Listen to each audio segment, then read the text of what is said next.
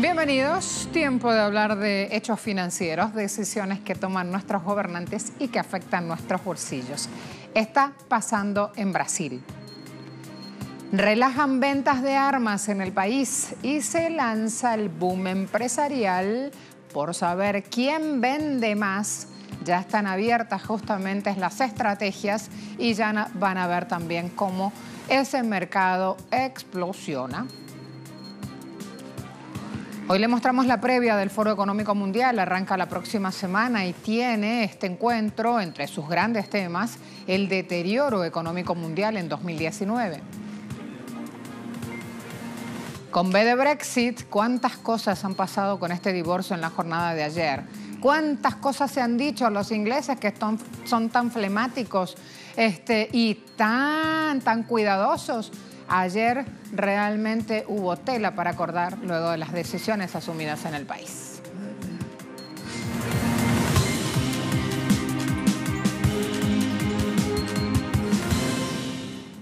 Primer tema para hablar, pasa a nuestra región. En Brasil, el presidente Jair Bolsonaro firmó un decreto para que el ciudadano pueda comprar armas. Mucho más relax de lo que lo hacía antes.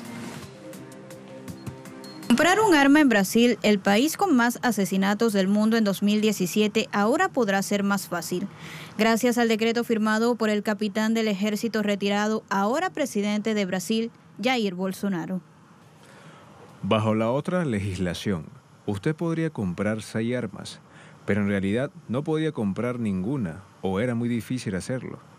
Bajo la legislación actual, sería posible comprar 4 y cumplir con los requisitos de ser un buen ciudadano que podría usar armas y con la posibilidad, como hemos acordado con el ministro Sergio Moro, de que es necesario comprar más armas debido a la cantidad de propiedades rurales que posee el ciudadano. Por ejemplo, la querida Teresa Cristina, demostrando que es un ciudadano que puede comprar más armas. En un país donde, de acuerdo a datos del Ministerio de Justicia, circulan 8 millones de armas de fuego ilegales, ahora se promueve aún más la compra de estas. La Taurus del 38 es el arma más utilizada en Brasil por ser barata y de fabricación nacional. Irónicamente, este fabricante brasileño que se desplomó en la bolsa tras el anuncio de Bolsonaro corre el riesgo en la actualidad de perder su monopolio, porque el gobierno se inclina por permitir la entrada de fabricantes extranjeros, según declaraciones del ministro de la Casa Civil, Onyx Lorenzoni. Afirmó en Brasilia que no hay problema con que existan 100% de inversiones extranjeras en este sector. Y es que las pandillas en Río de Janeiro llevan casi exclusivamente armas Glock y rifles AR que provienen de fabricantes estadounidenses y europeos para cometer sus actos delictivos. El presidente brasileño Jair Bolsonaro justifica el convenio de compras de armas porque, según él, el pueblo lo decidió así en un referendo de 2005, donde supuestamente el 63% de los brasileños estuvieron de acuerdo. Sin embargo, parece que el pueblo no piensa que sea una buena idea. Creo que la liberación de las armas no es buena. Si es en un área rural o urbana, no estoy de acuerdo con eso. No creo que esa sea la manera en que mejoraremos. La situación en Brasil no es con fuego contra fuego. Creo que hay otras actitudes que es necesario cambiar, mejorar, pero esta no es la forma de hacerlo. Siguiendo los pasos de Estados Unidos, todo indica que Jair Bolsonaro pretende apostar por un desarrollo económico basado en la industria armamentista, centrado en un nuevo negocio, la compra y venta de armas. Y por supuesto que ya empezó la carrera loca entre las empresas. Fíjense esto, esta información es un dato histórico. Vamos a ir a esta fecha, el mes 10 del año 2018, para luego centrarnos en lo que pasa hoy. 26 de octubre, ahí nos quedamos con ese titular. Multinacionales fabricarán armas en Brasil si gana Bolsonaro. Ganó. En ese momento, en octubre de 2018, fabricantes de armas de República Checa y de Emiratos Árabes Unidos anunciaban inversiones abriendo plantas productoras de material bélico en Brasil. ¿Cuándo tomaron esa decisión? Cuando Bolsonaro hizo su promesa como candidato presidencial de liberar la aportación de armas entre la población civil si ganaba. El diario financiero Valor Económico en ese momento estaba indicando que estas dos compañías querían competir con la empresa de capital nacional Taurus. Las acciones crecieron entonces más del 421% en la Bolsa de Valores de San Pablo para Taurus cuando se da esta situación. ¿Y qué está pasando hoy? Vamos a ver. ¿Qué pasó? Que Taurus, entonces, la empresa de capital nacional, cae y lo hace con fuerza este martes. Fíjense el titular, el diario.es. El fabricante de armas Taurus se desploma en bolsa tras el decreto de Bolsonaro. ¿Por qué? Porque hoy la situación de posible apertura del mercado de producción de armas en Brasil hace que Taurus tenga justamente empresas del exterior con nuevas normas determinadas por el presidente Bolsonaro, y allí aparecen los analistas ahora a tratar de ver también cómo en este nuevo entorno son empresas de afuera las que se llevan las ganancias. A pesar de la caída de hoy, los papeles de Taurus en bolsas, en mercados bursátiles, tienen una subida alrededor del 50% de media en todo lo que va de este mes y acumula un alza de un 300% en los últimos 12 meses. En movimientos altamente especulativos, claro está, y que vamos mostrándole también de este lado. No es solamente la decisión lo que está pasando aquí, sino que ya de atrás, de peso, se han tomado otras decisiones y hoy el mercado se mueve. Argentina, por su parte, hay números oficiales. Cerró 2018 con una inflación de 47,6%. Se convirtió así en la segunda inflación más alta de América Latina. Representa la cifra más alta también desde el 1991, cuando la inflación se plantó en el 84%. Datos oficiales INDEC.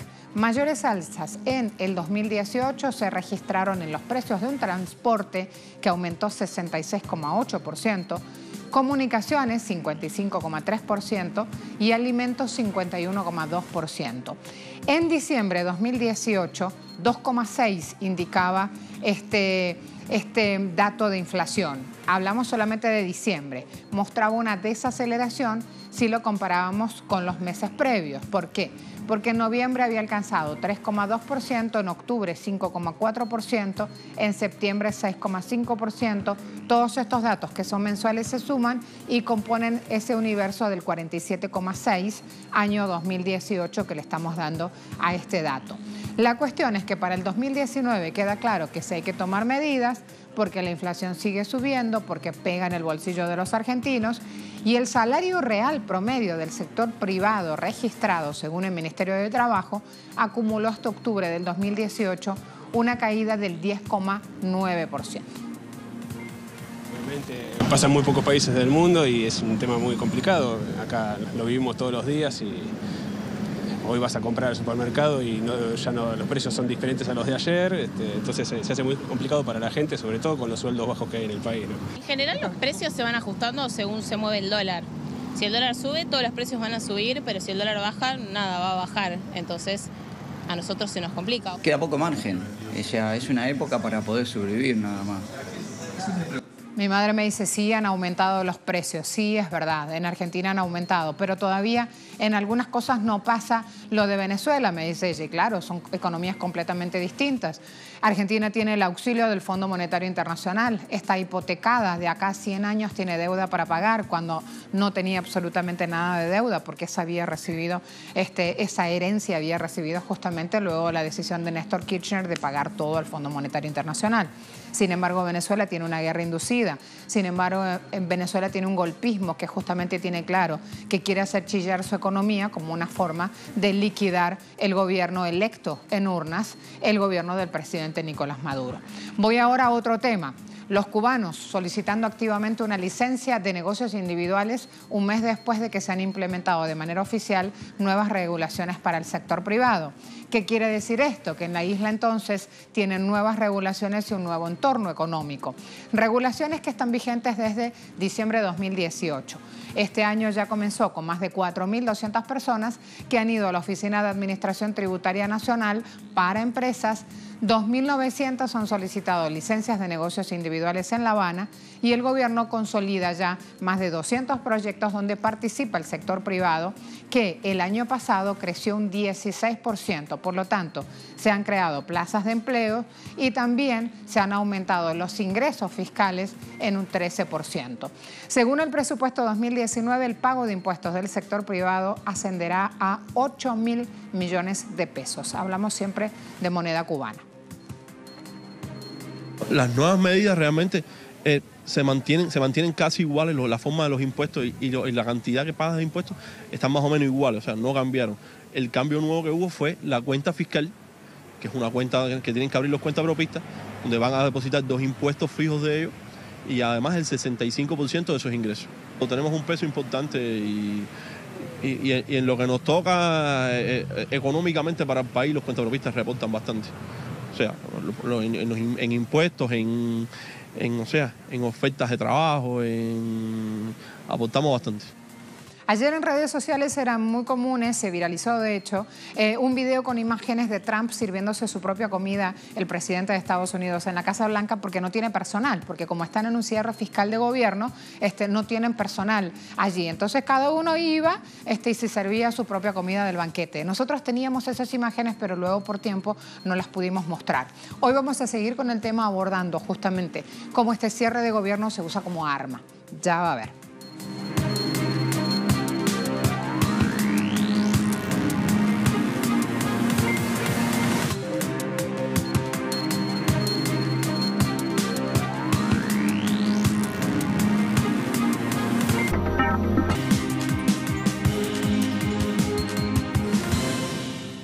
Tras las exigencias del presidente Donald Trump al Congreso de 5.700 millones de dólares y causar el cierre parcial en la Casa Blanca, analistas afirman que el cierre del gobierno es un arma de los republicanos y demócratas para alcanzar objetivos políticos. Desde la década de 1990, los republicanos de alguna manera utilizaron el cierre del gobierno como un truco político para obligar a la otra parte a aceptar su propuesta o sus facturas. Ahora, obviamente, los dos partidos están utilizando con frecuencia el cierre del gobierno como un arma de una manera irresponsable para alcanzar su propia meta política. Allí la voz de uno de los expertos. ¿Y por qué dice de manera reiterativa que están usando esto como arma? Y porque todos los años anteriores también ya había pasado. La diferencia es que ahora Trump no parece estar apurado para que finalmente esta cuestión se solucione o cuaje en algún diálogo que llegue a una respuesta final. Él ha dicho, quiero mi muro levantado y para eso no me importa el tiempo. Si tiene que quedar cerrado para siempre, ahí vamos, usaré otras vías inclusive para conseguir la financiación. El Foro Económico Mundial de este año 2019 está buscando un compromiso más amplio y una visión más abierta de líderes políticos y económicos del mundo. Comienza la próxima semana, aquí le vamos a dar cobertura. Así que quiero mostrarles un poquito la previa. Desde esta plataforma los representantes que van a asistir al foro alientan a líderes del mundo a reflexionar sobre el futuro de esta globalización. Globalización 4.0 es el título, el tema de la reunión anual que se va a hacer en Davos del 22 al 25 de enero. Según sus organizadores, este foro va a tener como objetivo esta vez identificar nuevos modelos de paz, inclusión y sostenibilidad para adaptarse a un mundo donde es inevitable una mayor integración global. En el evento participan 3.200 personas, la mitad de ellos provendrán de empresas líderes empresariales, la otra mitad va a representar a las otras partes interesadas de la sociedad global, los representantes de 100 gobiernos. Sus organizadores destacan que el Foro Económico Mundial quiere construir el futuro, no gestionar la crisis de hoy. Si miramos alrededor del mundo en este momento, vemos a todos absortos por la gestión de crisis. ¿Dónde miramos todavía el futuro? ¿Dónde construimos el futuro?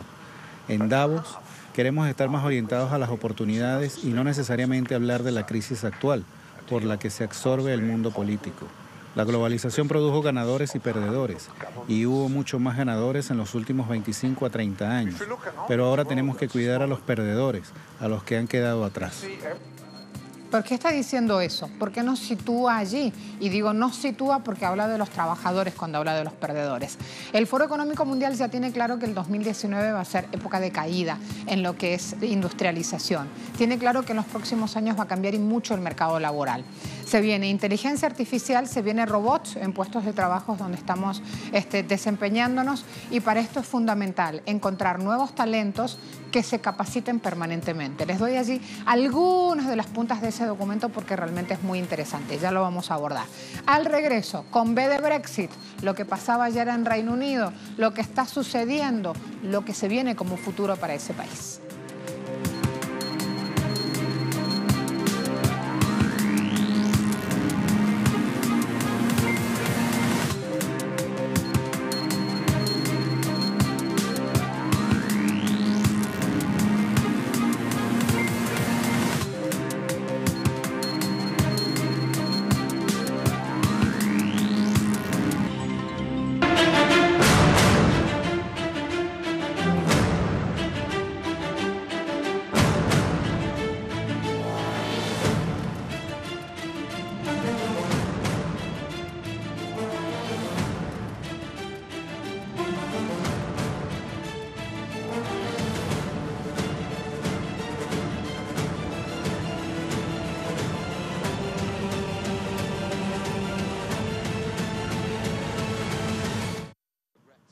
La votación de anoche en la Cámara de los Comunes fue muy clara. El acuerdo de retirada ha sido rechazado y ahora tendremos que buscar una forma de avanzar. La Comisión lamenta el rechazo del acuerdo de retirada, como dijo el representante del Consejo, porque creemos que este fue el mejor resultado posible. Si se rechazó el acuerdo, implica una salida desordenada y desde la base. Por algo ayer la gente del Banco Europeo, de la Comunidad Europea, estaba toda tan alerta.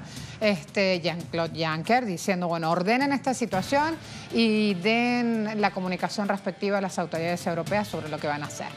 La prensa, tanto nacional como internacional, no perdona las primeras planas. Hablan de una derrota sufrida el día de ayer por Theresa May, primera ministra del país, que no pasó la prueba en la Cámara de los Comunes con su pacto firmado con la Unión Europea. La derrota del acuerdo en este Parlamento desencadenó un caos político que podría llevar a una salida desordenada de la Unión Europea o incluso a una inversión de la decisión de abandonarlo.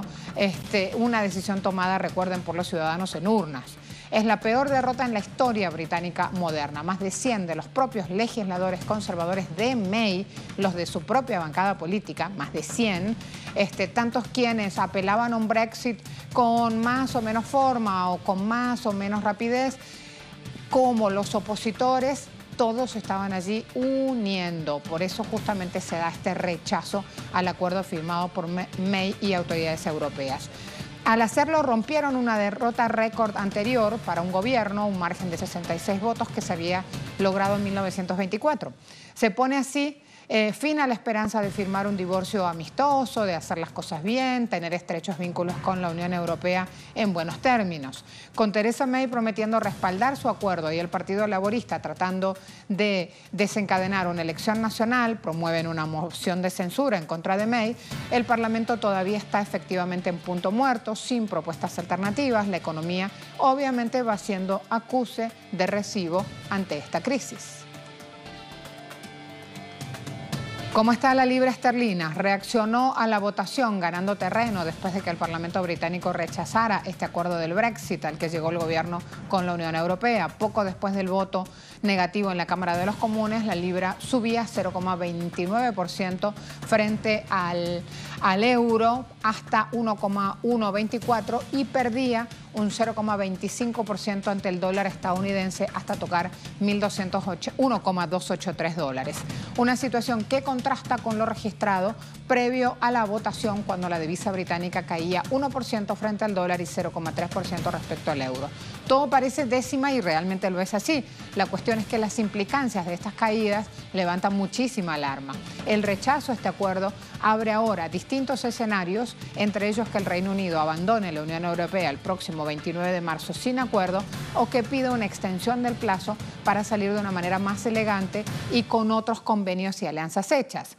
El gobernador del Banco de Inglaterra, Mark Carney, habló ante el Comité del Tesoro de los Comunes.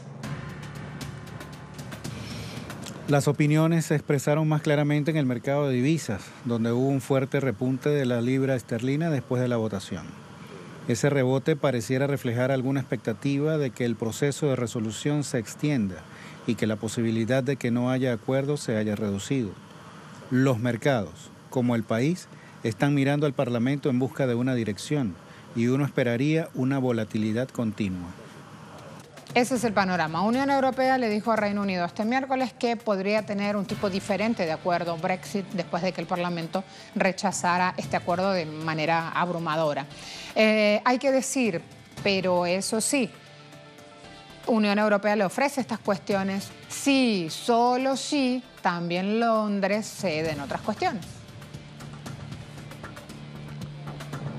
Y con respecto a la relación futura, que es obviamente la más importante para el futuro y para la de nuestro continente, les recuerdo que en el Parlamento Europeo y en el Consejo Europeo siempre han dicho unánimemente que si el Reino Unido decide adaptarse sus propias líneas rojas en el futuro y si deciden ser más ambiciosas para ir más allá de un simple acuerdo de libre comercio, un acuerdo ya sustancial, la Unión Europea se mantendrá inmediatamente lista para aceptar esta evolución y responder favorablemente.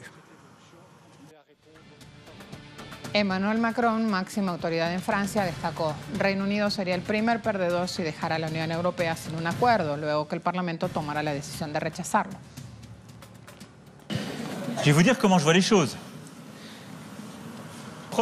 Te voy a decir cómo veo las cosas después de la votación del Brexit. Primera opción. Ellos, los británicos, no quieren llegar a un acuerdo, por lo que dicen que no hay acuerdo. Eso asusta a todos. Los primeros perdedores de esto son los británicos. Entonces, en este contexto, tendrán que renegociar una relación futura, sin ningún periodo de transición. Les puedo decir muy solemnemente que en el marco de esta futura relación se defenderán los intereses de la pesca francesa y tendremos que negociar con ellos de todos modos. Un periodo de transición porque los británicos no pueden darse el lujo de no tener un avión despegando o aterrizando en su país y sus supermercados están abastecidos al 70%, por lo que proviene de Europa continental. Segunda opción. El gobierno británico nos dice, intentaremos. Creo que eso es lo que harán. Los conozco un poco. Intentaremos mejorar lo que podemos obtener de los europeos y vota de nuevo. Es ese caso. Lo analizaremos. Quizás realicemos mejoras en una de las dos cosas, pero realmente no lo creo, porque hemos llegado al máximo de lo que podríamos hacer con el trato y ganamos. No podemos dejar de defender los intereses europeos para resolver los problemas políticos internos de Gran Bretaña. Hay una tercera opción, que es, creo que comenzarán por la segunda y terminarán por la tercera. Apostemos. Me arriesgo, es decir, tomaremos más tiempo y pedirán un periodo más largo para renegociar algo. Así que tomarán más tiempo. Tal vez pasen por encima de las elecciones europeas para encontrar algo más.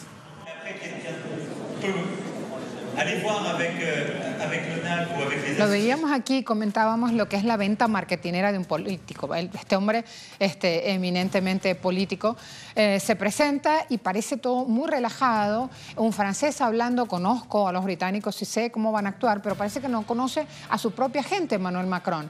Francia es el país de los chalecos amarillos, está en todas las informaciones justamente porque su gente, que los franceses no dejan las calles como territorio de lucha ante las decisiones neoliberales que está tomando Macron, y él con las manos para arriba hablando de lo que pasa en Reino Unido. Hablaba de los supermercados. ¿Cómo están los supermercados en Reino Unido? Preparados para un mal divorcio. Un Brexit sin acuerdo significaría que al menos el transporte y el comercio entre el Reino Unido y la Unión Europea podrían verse gravemente afectados. Cadenas de supermercados como Marks & Spencer y Tesco han anunciado que han negociado con algunos proveedores de la Unión Europea para aumentar la importación, especialmente de productos que son fáciles de almacenar. Al mismo tiempo, advirtieron que más de la mitad de los productos en los estantes son verduras y frutas que son perecederas y no pueden ser almacenadas. Los supermercados aseguran que las aduanas deben estar preparadas para la escasez de ciertos productos si se produce un mal Brexit. ¿Es solo un desastre? No lo sé. No creo que nadie lo sepa realmente. Quiero decir que parece que no entiendes los puntos claves de lo que significa un acuerdo Brexit y lo que realmente va a suceder. Así que si pudiera levantarme mañana y todo hubiera terminado, estaría muy feliz. Las estadísticas han demostrado que los precios en el país han subido notablemente desde el referendo del Brexit en 2016. El precio de los alimentos registró una deflación del 2,6% en junio de 2016, mientras que en agosto de 2018 el precio de los alimentos subió 5 puntos porcentuales a 2,5%. Gracias por acompañarnos. Hasta la próxima.